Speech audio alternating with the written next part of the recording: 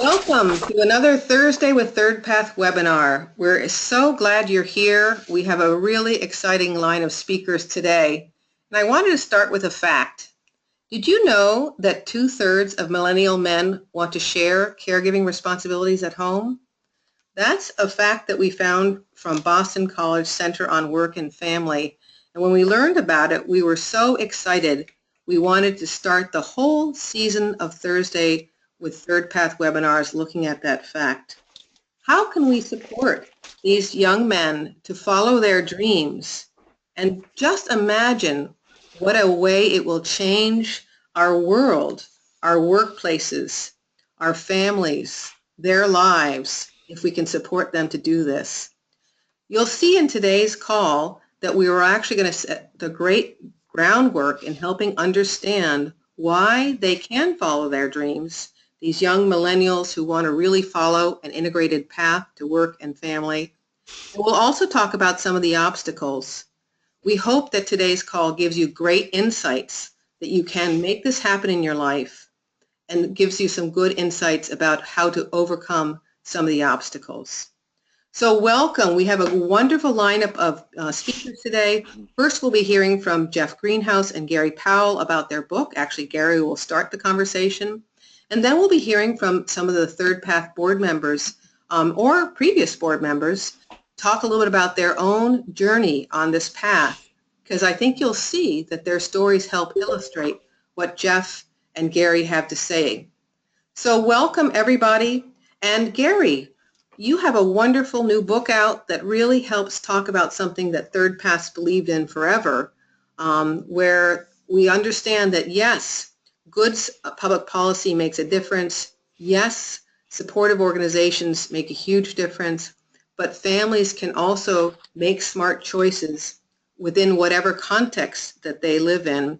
And clearly, the big message of the book is the more society and organizations make smart choices, the more it helps families. But tell me a little bit about your book and some of the big takeaways. We're also going to look very quickly at what societies, organizations, and families can do.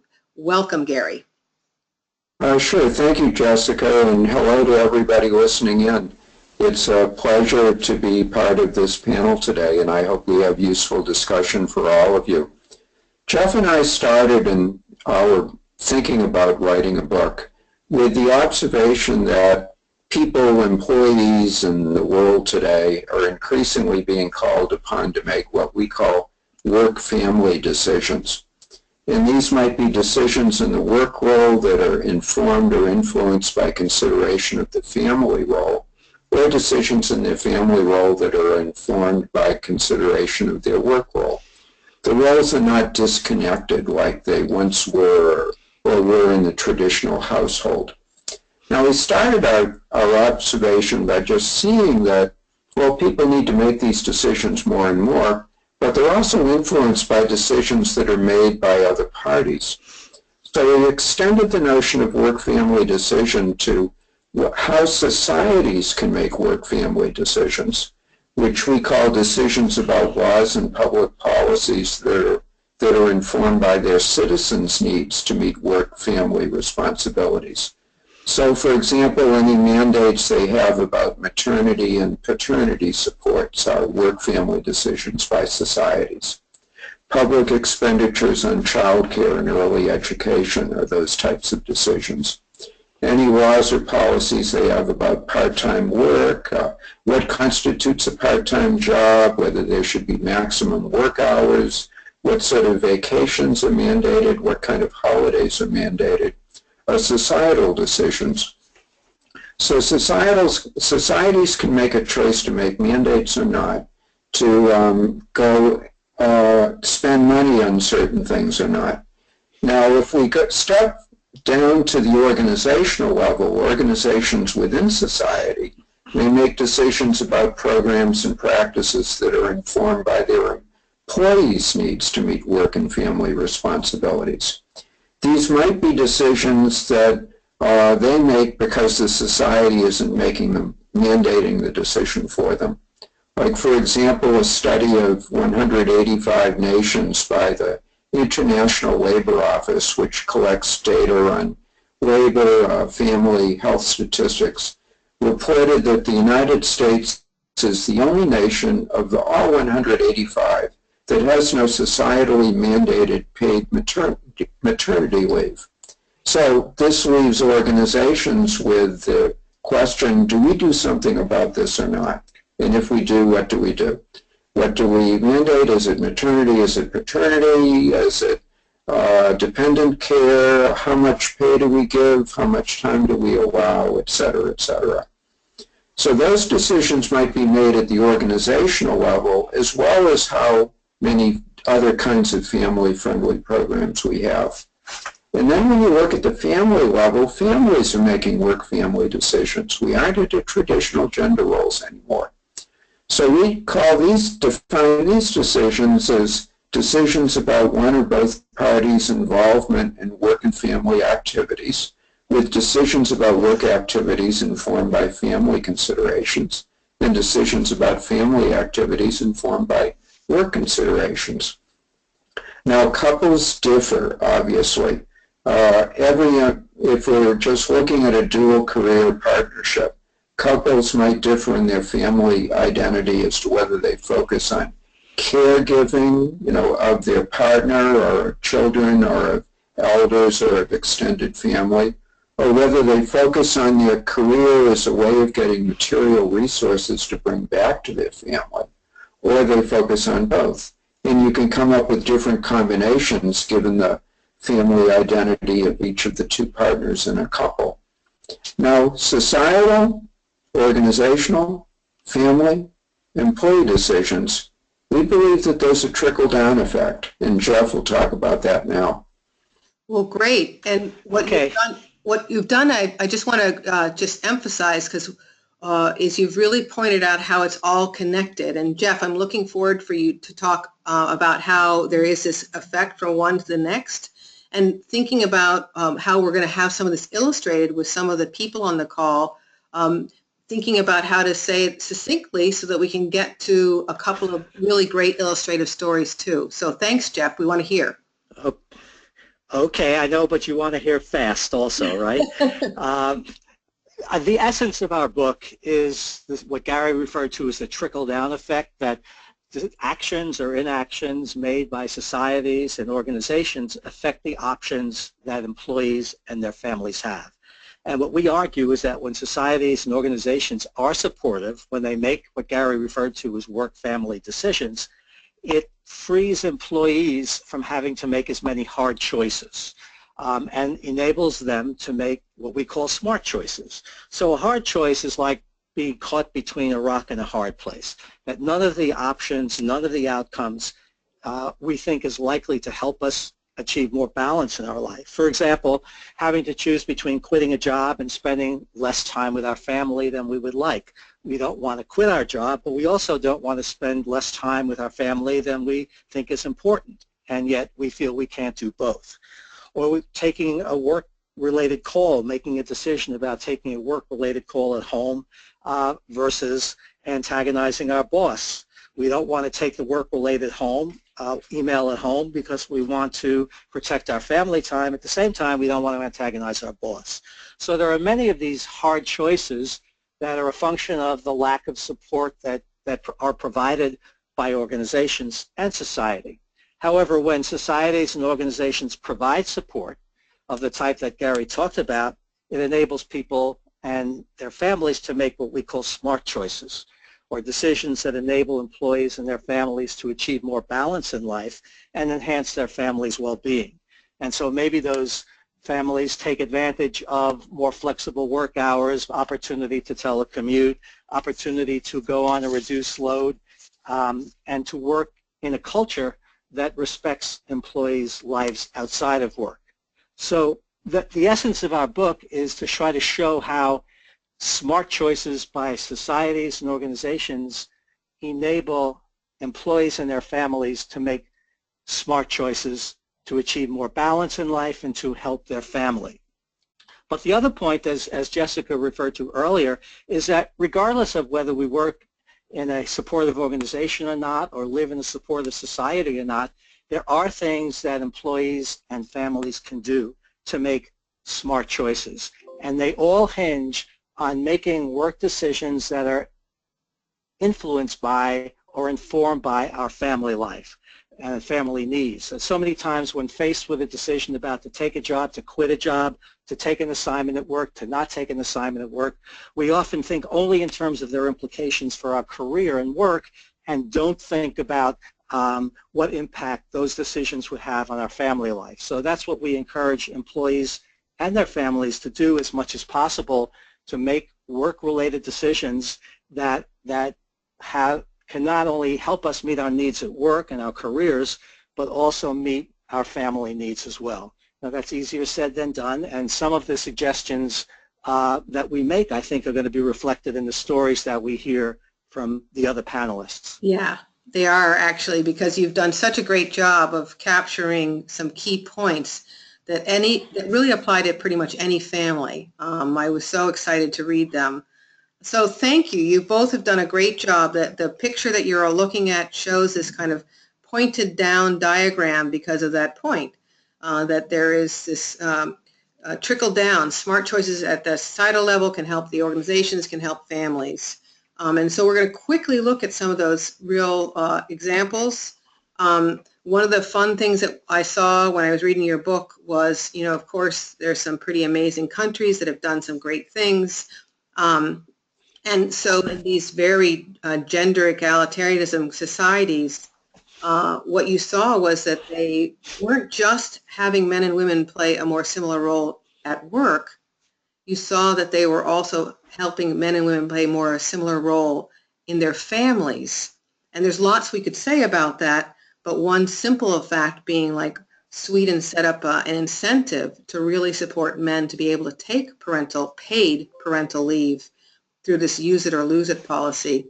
And so to me, since I believe in gender egalitarianism and I also believe in the importance of families, I see that as a really great example of a smart choice a society can make. I know that you guys are talking about that each society has to look for their own choices, but I wanted to put that out there as I thought that was a pretty smart choice. I'm going to put up a slide about organizations in a second, but you might have a thought about the societal level before we look at organizations, keeping in mind that we want to get through this to the stories too. Any thoughts, Jeff or Gary? Well, just to give some detail on the Sweden policy, if the U.S. is at one end of the spectrum on family leave, Sweden is at the other. Yeah.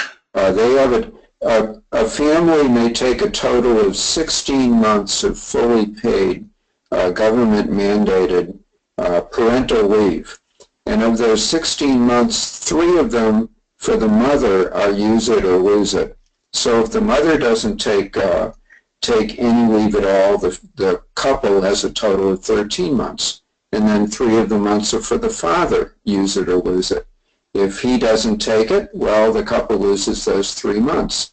As a direct result, 90% of all Swedish fathers of newborn children take a paid paternity leave. Yeah. And the statistic is much lower elsewhere, certainly lower in the U.S. if people even have a chance to do it. Yeah, yeah. And what's amazing, we had a call with Linda Haas, who studies Sweden. Her career is that it's had this longitudinal effect of men's involvement with family too. So clearly a smart choice at the societal level, and this use it or lose it incentive of getting men to take paid parental leave has had an incredible positive impact. Again, just to paint a broad brush picture, you also talked in your book about how organizational level smart choices can make a big difference for families. And one of the big takeaways I had from that section was the role of the supervisor and coworkers, and how their role of being kind of promoting a more balanced approach around work and life is so critical, perhaps even more important than formal programs.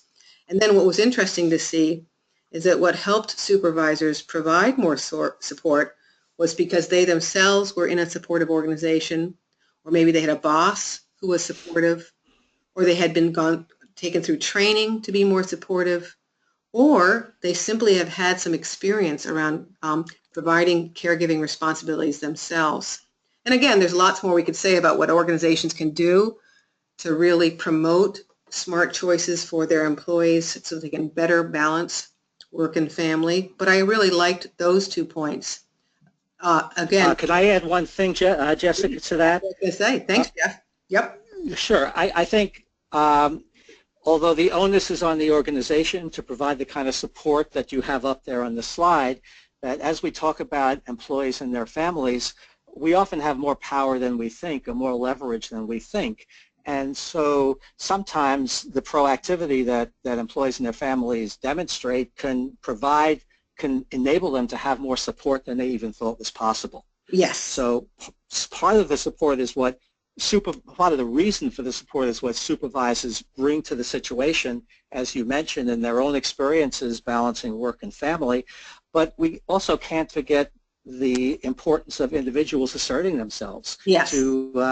To request, to demand that they have support that enables them to meet their family responsibilities as well as their work commitments. And that's the beauty of your book, and I think that's why we want to say to millennials that they can make such a difference by advocating for themselves, and why we want to help them this year think about how do they advocate for themselves and give them some concrete stories of people who have advocated for themselves. So thank you, Jeff. I couldn't agree more.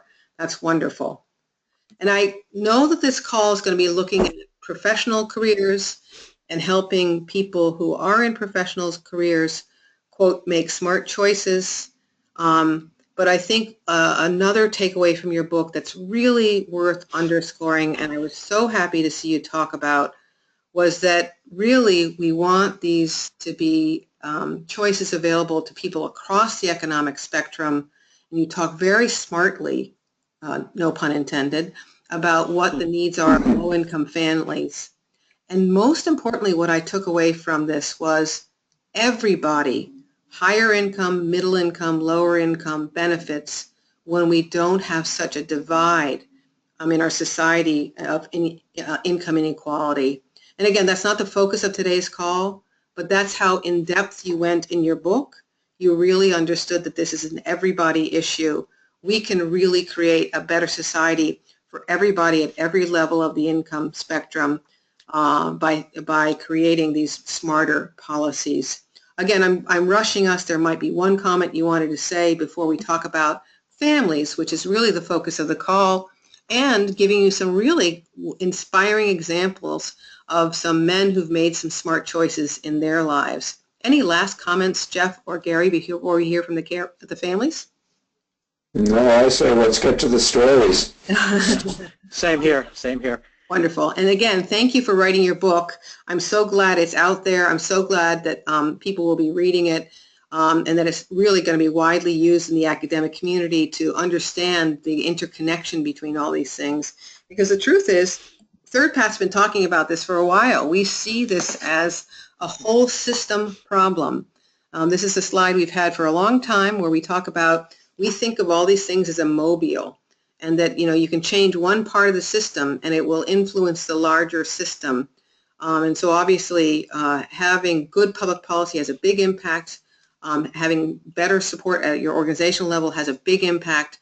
But Jeff and Gary are talking about that you as a person, as a parent, can also have a big impact in making smart choices. And to illustrate that, we're going to share some stories. So we're going to start with Brett. Brett's been a long-term ThirdPath board member, and I feel like he's really done a great job of thinking about work and family. And then afterwards, we're going to hear from Bill Tosick, who is also a former board member, and some of the smart choices that he made. So Brett, tell us a little about how you've been making work and family work, again, keeping it short with the idea that you're talking about the beginning and where you are today. Welcome, Brett. Sure. So my wife and I were both lawyers pre-children time. And, it was important to both of us that we enjoyed what we were doing. We enjoyed the things that made up the different parts of our lives, and we talked about things like that. But it was really easy when it was just my wife and myself. And then, my daughter comes along, and at that time we're both partway through our careers. We have similar levels of success, similar career trajectories, and we tried to figure out what we want to do as parents and what our goals were as parents. So we discussed maintaining both of our careers and hiring a nanny. We discussed one of us working part-time and one of us staying at home, and that was a real viable option for both of us at the time. At the time, we both really did enjoy our jobs. Once we really dug into it, we figured out that I got a lot more satisfaction and enjoyment out of my job. She enjoyed being a lawyer a little less so.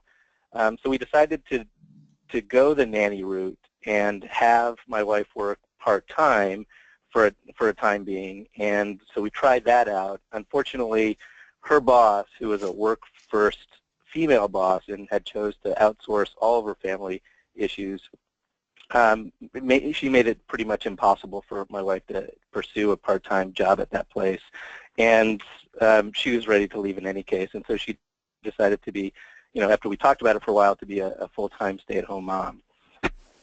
And with that in mind, she focused all of her attention on being, an involved parent. I focused my attention outside of work on being as involved parent as possible, with the goal being, as the slide says, to make sure that we're, involved parents, actively involved parents, and also trying to be good role models for our kids as to not just how we parent, but the things that we do outside, because they're watching that as well. From my perspective, I have, pretty extreme job, or at least what's viewed as an extreme job. It was always important to me to make sure that I was at every parent-teacher conference. I was there whenever my children needed me. And that really was the limit of it at that time. As my daughter grew and then my son came along, my wife became really deeply involved in being trained and certified in learning about teaching mindfulness and self-compassion to children, both within the schools and outside of the schools, particularly with adults. And as that interest and as that vocation grew, more and more of her time was spent working and pursuing that, both on the training end and on the teaching end. And so as we went through each of these different stages, and as the number of hours grew over the years and months that she was putting forward into this, we would sit down and we would talk about it. And we would figure out how we can accommodate it, how it's going to fit in. She had flexibility about when she was teaching classes, when she was taking training. I had some flexibility around different parts of the day as far as taking over child care when she wasn't around. And then obviously for times where neither of us could be around, we made sure that we had involvement of some outside provider, so that our kids were not flailing by themselves, which turned out to be a lot less often than we thought it would be in the beginning.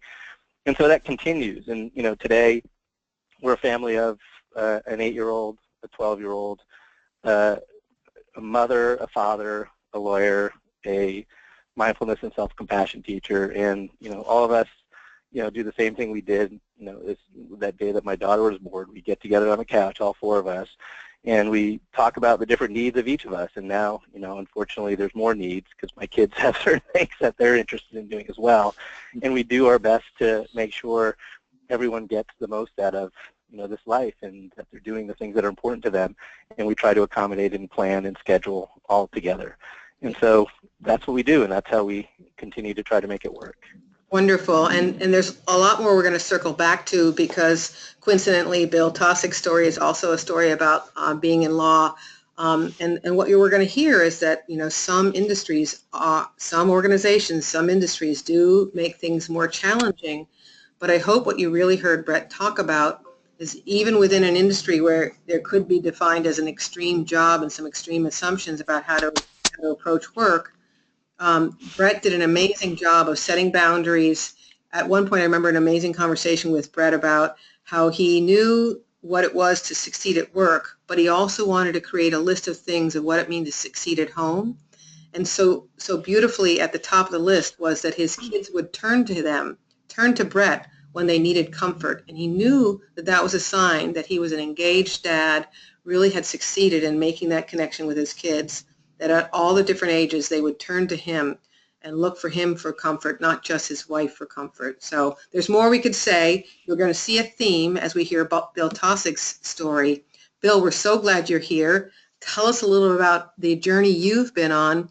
One thing that's going to pop right out when we start hearing this is that working as a team and making smart choices as a team allows people to find the kind of work that they enjoy the most. So Bill, tell us your story. Okay, thanks, Jess. I'm Bill Taussig. I live outside of Boston. I have 3 sons. My oldest is now a freshman in college, and then I have an 11th grader and a 6th grader. And after the birth of our first son, we both wanted to have careers, and we both wanted to be involved as parents. That was kind of, we talked about that. So my wife, I had gone to law school and later and, had been clerking. And so I just had my first year at the big law firm in Boston when our first son came along. I have a lot of flexibility. So my wife went to an 80% schedule, taking Fridays off because she had been at her company. She works in financial services and marketing for several years at that point and had some trust with her management. And so that worked out great for the first couple of years, and then our second son was born. Oh, but the big thing there, I was working at a big law firm that had a gender-neutral parental leave policy, including 3 months of paid paternity leave, that almost no men took advantage of because they saw it as a real black mark for their career. But I took it, and my wife took 4 months of leave. She went back to work, and then I took, for initially 3 months, and then extended a month unpaid because you could extend up to a year. And that was a real epiphany for me. It really helped my wife navigate back to the workforce and also see me as the CEO of caregiving for that period. And that really changed our whole dynamic, that we both looked at each other as co-parents. And we'd have this buzzword. If she really overstepped her bounds, I'd be like, back off, super mom. And she'd be like, back off, super dad. And so we really, we didn't box each other out. And I have to say, taking that paternity leave was huge. And, I'm so glad I did it. So anyway, then when my second son was born, I was at a smaller law firm. I was able to take 1 week of paternity leave, which I did. And then I went to work in-house as a lawyer at the same company my wife was when my wife became pregnant with our third son. There's a 7-year age gap between the first and the third. So she'd been doing this for 6 years, and she was ready to kind of take on more leadership role at work, and she felt like, she couldn't reduce her schedule anymore, but we needed more help. So I asked to go to a 90% schedule. It was met with a lot of resistance. I had a woman boss at the time who had 1 child, but she was like a workaholic. She was not supportive.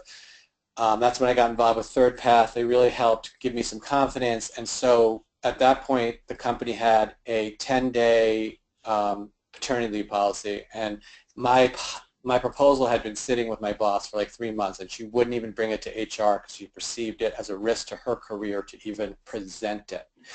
And so I told her, look, I'm going to take my 10 days. You're supposed to take it sequentially, but I said I'm going to take it every Monday for the next 10 weeks, and that's how much time you have to present this proposal. And if you don't present it, I'm just going to keep taking it until you do, because I followed the HR policy, and my hands are tied, and I need this time. So I did the 10 weeks, and then she just left me collect 100% of my salary and work a 90% schedule because she felt that was less threatening to her, brand as a manager than presenting it to HR. Wow. So I did that so that's an example where I had to really be proactive and push against the organization. And I wouldn't call it support from my boss. It was more just like acquiescence, but I had to be really, really strong there. And then you have my applause. Good going. Yep. In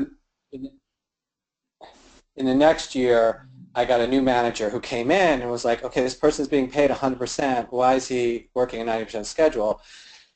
Called me and told me I had to go full time. I showed him the proposal, and I said, look, it's your turn. You bring it to HR. I did what I was supposed to do. And he's just like, I think in your role as a manager, you need to go 100%. Meanwhile, there were 2 other women that were working 80% that he was fully supportive of. So I said, how about I go 90% schedule? And he's like, what's that? And I said, I just kind of made it up. I'm like, I take every other Friday off. And he's like, okay, well, let's try it. And so I did that. It worked. And I did that for the next 4 years while I was still there. And then my wife, shortly thereafter, got promoted, and her boss, based on her views of leaders in the workforce, wanted her to go to full-time if she was going to accept a promotion. And so she kind of used my playbook and went back with the 9% alternative. And they said, okay. So we alternated having Fridays off. So one of us was home every Friday, then we had a nanny for the rest of the time. And that worked for 4 years, and it was a really creative solution that gave us that touch point at home that we really needed. Then the recession hit. I got laid off, which was kind of a blessing because I got a year of severance, and I really was unhappy at that point in my career. And I decided to be an at-home dad, and I loved it for the first 6 months. And then I thought there was going to be fratricide. I don't know if I was going to be the cause of it or my kids were, but I needed a plan B. My wife loved it, and she went back 100%, which is like, now I know why all my male bosses are so happy they have at-home parents. But anyway, I decided I didn't want to be a lawyer anymore, so I wanted to pursue something I had more of an interest in, which was web design. I have an electrical engineering undergrad degree, and I've always been techie, so I went back to school full-time. We got the nanny, and then I had to think about whether I was going to take a job in a corporation in web design or start my own business, and I decided to start my own home-based business just for the flexibility it would provide me. And that's what I do now, and I have a thriving business. I've been doing it for 4 years. I work predominantly during the school day. I can drop my kids off at school if they need to, or I can pick them up. I can go to their sporting events. And then my wife has tried to figure out a solution where she works remotely from home twice a week. So like today she's working from home. So my son needed a ride because he has band practice, and I was recovering from a recent surgery, so I was sleeping late, and he's like, will you tell Dad he's got to get up early? And she's like, no, I can drive you. I'm working from home tomorrow. So she's able to kind of, do that, and she likes doing it because she wants to be perceived as a caregiver, and she wants to, be there, and have them come to her. So so that's what's working now, and it's working out really well. Wonderful. Wow. And again, great example of how you guys in different ways in both of your family systems really put these ideas into action.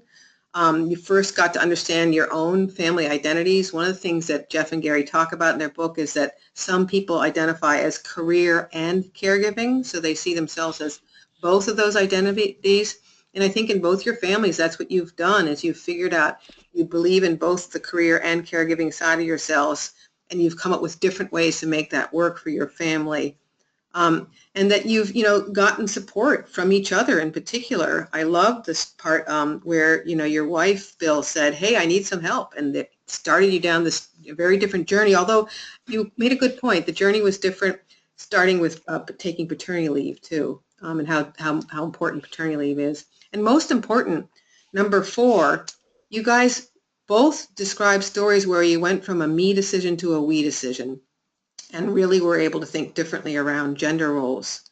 And I added a 6th one, that you really understood, there are these larger influences that are impacting our family, but it's not going to stop us from shaping the family we want, even if it takes a few years, a few periods where it's not working quite so well. We're going to keep on going for the story that we want in our own family's lives. There's lots more we could say, but there's an important next story I want to share. Another wonderful board member that we have. And I think Kip's story is another great example of it's a journey. It's not always going to go right. And yes, it's a little bit about gender, but maybe it's not just about gender the way we think about it. So Kip, tell us a little bit about your story. I think it brings up another couple of really important points that need to be raised. Sure. So I guess our story starts about 22 years ago. My partner Mark and I were set up on a blind date, and early on in our relationship, I had made it very clear to him that probably the most important priority in my life was I wanted to be a dad, and that for me, my ultimate career goal would be to be a stay-at-home dad. And so we went into our relationship with that understanding. he is was and always is and still is much more career-driven and career-focused than I was and am. And so we kind of went into it with the understanding that at some point I would take primary caregiving responsibilities for children. So what I'd like to say is that Mark and I went on a blind date, we had a few drinks, and then 12 and a half years later we accidentally adopted our first child. The first child, so our first child, before we had our son, I was working at a company, a small independent publishing company, and I had approached my boss at the time and told her that I was, that Mark and I were in the process of, figuring out how we were going to adopt our child, and that I would have to adjust my schedule, and I wanted to have instead of getting into the office at 8 a.m. and leaving at 6 p.m., I would get in at 9 a.m. and leave at 5:30 or 5 so I could do the child care pass off, but I would continue working at home. And she categorically told me that I couldn't do that unless I wanted to take a 25% pay cut. So if I were shaving an hour on either end of my day in the office but continue working at home, I'd have to take a pay cut. So that wasn't workable for me, so I ended up finding another job that did provide me with some more flexibility. I was working long hours, but I could shift it. So instead of being in the office at 8:30 or 9 o'clock, I could be in the office at 6:30 a.m. or 7 a.m. and leave by 4:30 or 5. And that worked, for a good, at least the first couple of years of my son's life before he went to school. So not super flexible time, but I think we were able to manage. When our son was in about kindergarten, Mark decided to leave the company that he was at,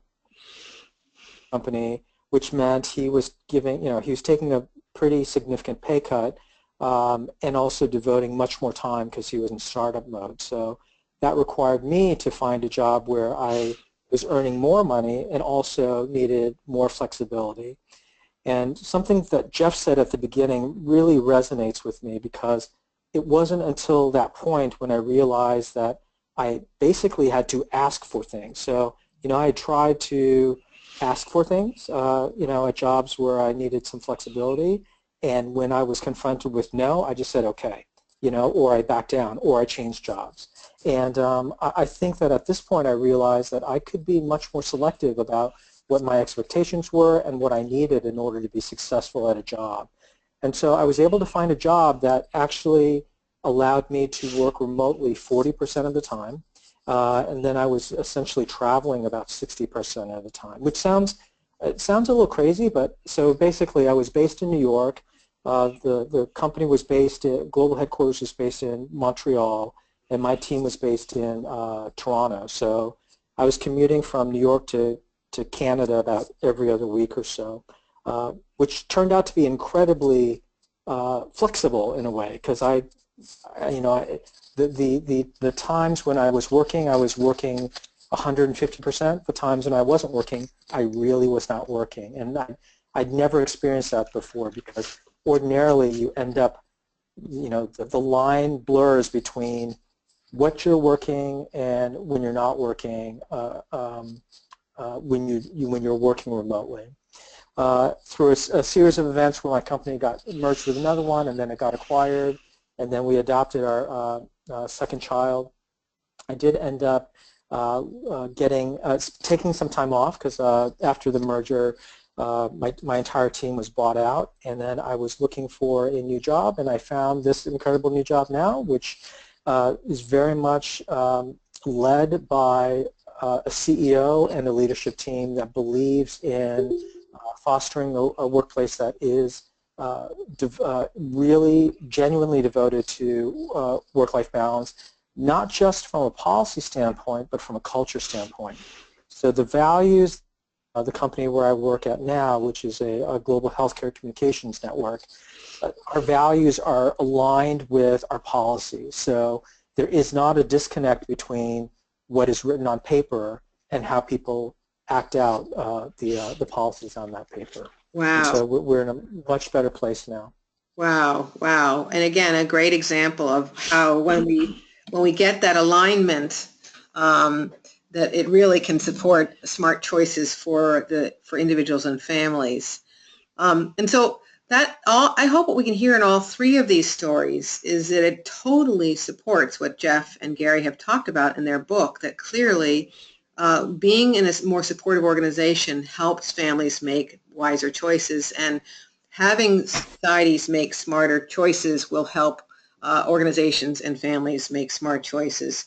But I hope what you also hear in these stories, that's why I made this little yellow arrow go back and forth, and it's, I think Jeff and Gary would totally support what I'm adding to their point, is that really there's this back and forth when families advocate for themselves, when a person advocates for themselves, it also helps shape a better, smarter workplace as well.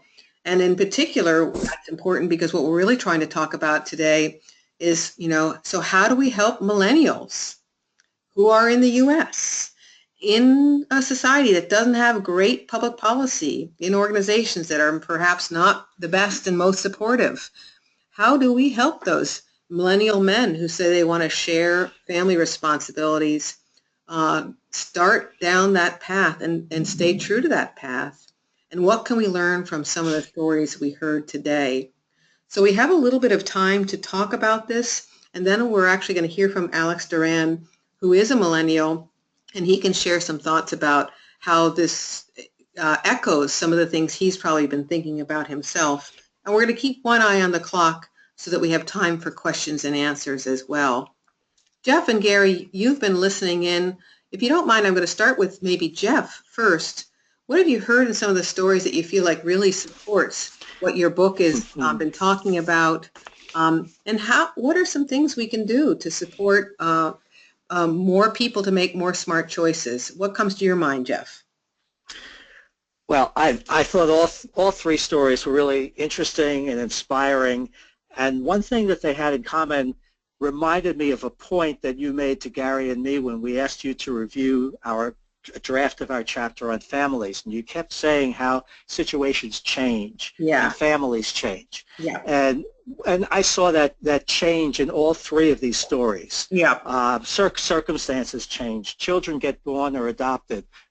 Jobs get lost. And to me, it emphasizes the importance of families being flexible and being fluid, and also keeping up the communication between each other, between partners, which we saw in all three stories. It wouldn't have been possible for the families to adapt so successfully if they weren't constantly communicating, and at least in terms of values, being on the same page. Yeah. So I thought that was really good to hear, and I hope we made that point in the book about the importance of collaboration and communication between partners in a relationship. Yeah, you have done that really well, and maybe what is also helping a millennial think about today is another thing we can hear in those stories is how people advocated for themselves, even regardless of the organization they were in. Every situation, people advocated for themselves, and that a millennial could go ahead and do that today. One of the things we love encouraging millennials to think about is like maybe over the summer you can say, hey, I'd like to work a 4-day work week this summer. You're not married, you don't have kids, but you want to do a 4-day work week to, one, have a 3-day weekend over the summer, and two, start learning the process of how to advocate for yourself, and see that you can actually be successful in that process. I'm going to check with, go ahead, Jeff. Mm-hmm. I was just going to say that one of the things that were emphasized in the stories and we talk about in the book is that there are times when we just need to change. We need to change career fields. We need to change organizations. That it's just not going to work unless we take a risk and do something that's different and get out of the box. And hopefully it will be an informed decision and both partners will be on the same page, but things don't always work out in our current circumstances. Yeah. In fact, I was going to check with Brett, and then I was going to ask Bill. You have been down quite a journey, and to me, You're in probably a different place than you expected when you started, so maybe I'll start with Brett. My hunch is that you guys are pretty happy with where you are as a family system, not necessarily where you expected to be. And then I'll ask Bill the same question. What about that, Brett? Are you at the place that you expected, or is it slightly different and happy where you are, question mark? Yeah, definitely happy where we are. And if we weren't, we'd be, working to change that. Yep. Which in certain respects is like moving the direction of a huge cruise ship. but I would say this is where we expected to be. When my wife decided to stay at home, we realized that job was a full-time job in the beginning with your hours cut back until the kids turn 18, at which time you get fired pretty much. So the idea was always to have her rethink what she wants to do, and we would talk about this all the time, what she wants to do, what her new direction will be, what she's interested in pursuing, always recognizing that it would be something, and it likely would be outside of law, since she didn't have that strong desire to go back to law. So I think I'm not surprised where we ended up, and I wouldn't be if told about it 12 years ago. Never know where the path is going to take you, and so it's an interesting new vocation for her that I wouldn't have predicted. But the fact that she has something that's consuming more and more of her time outside of the family is exactly sort of what our original plan was. Well, and I hope we underscored that in these stories, that there's really this gift when you have this team at home of really supporting each other to find your interests and then go pursue those interests. How about you, Bill? Is it a little bit different than you expected? Tell us. Yeah, it's much different than I would have imagined, because I had really built up this legal pedigree and was pretty invested in it. And I felt like the people around me were invested in it. So when I, decided to back off from it and to change directions, there was a lot of people trying to put me back in the same box. But, I got the comment from a lot of people when I did change careers. It was like, oh, you're just really lucky. Your wife has a good job and you can do that. And, that's not how I perceive it. Like, I think, kind of picking up on what you said, we just were always supportive of each other, and it actually would have been easier for my wife if I had stayed home, because she was kind of fat, dumb, and happy with that situation, but she knew I wasn't. And so she got right on board when I said, look, I'm going to spend real money. I'm going to go to a full-time program, and we got to get a full-time nanny back on board too. And she's like, I'm all in. Like, that's what you need to do. Yeah. And we had to save for that. We had to cut back for that.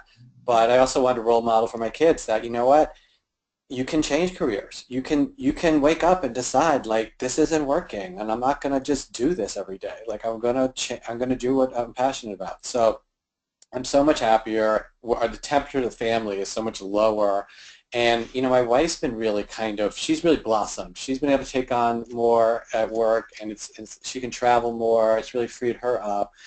And I don't know. I felt like before we were just both treading a lot of water, and now we're not taking on water. We're kind of like way above the water mark, and it's just a really nice place to be. But I wouldn't have foreseen it, but, I'm not surprised, because we kind of use a lot of these skills that Gary and Jeff are talking about. Yeah, and Bill, go ahead. Can I make a comment on Bill's story? Yes, please. This is Gary. Bill, what you have to say is really inspiring, and I think it points out a lot of what we're talking about. But you take abstract concepts that we might put out there with some hypothetical examples, and you make it real. Like, one, if the United States had a societal mandate that organizations must provide parental leaves, well, you wouldn't have had to have dealt with some of the issues that you had to deal with.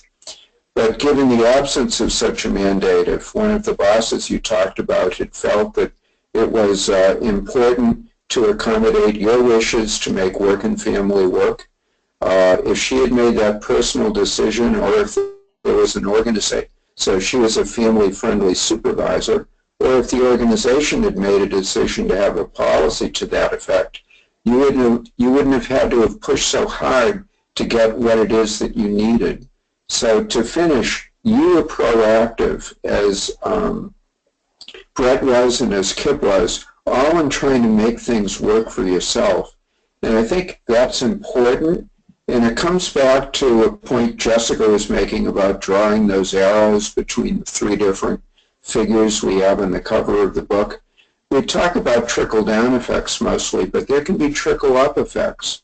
If more people make decisions like you, if millennials and people who are older than them make their wishes known and they say that this is part of their conditions for employment or conditions for being satisfied or giving their full commitment, there can be change at the organizational level and there can be change at the societal level as well.